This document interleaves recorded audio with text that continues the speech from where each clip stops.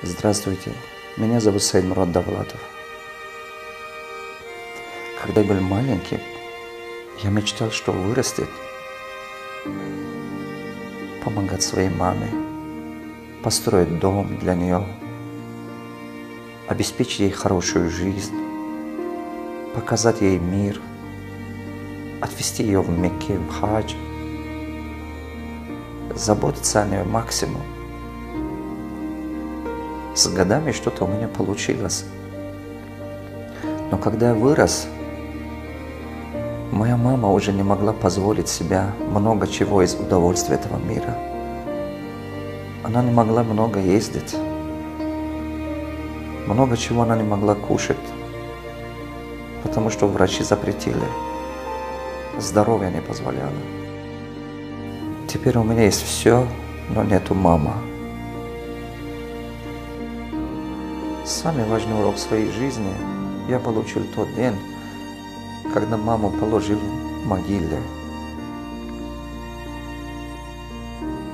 Я посмотрел на ее глаза, постарался запомнить ее лицо. Я понял, что я не наелся его взглядом. Я понял, что я не наелся его присутствия, ее общения. Если ваши родители живы, больше время проводите с ними.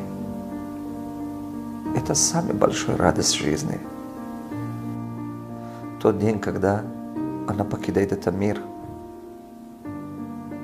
я добрался домой только утром. Я узнал, что она целую ночь провела в молитве. Она молилась за меня, за братьев и сестры. Когда это услышал, я понял, что мой успех в основном благодаря ее молитве. Пара часов до смерти сама лежит на смертном одре перед болью. Это смертная боль, несравнимая. И смотрит на меня и говорит: «Сынок, отдохни немного, ты из дороги устал».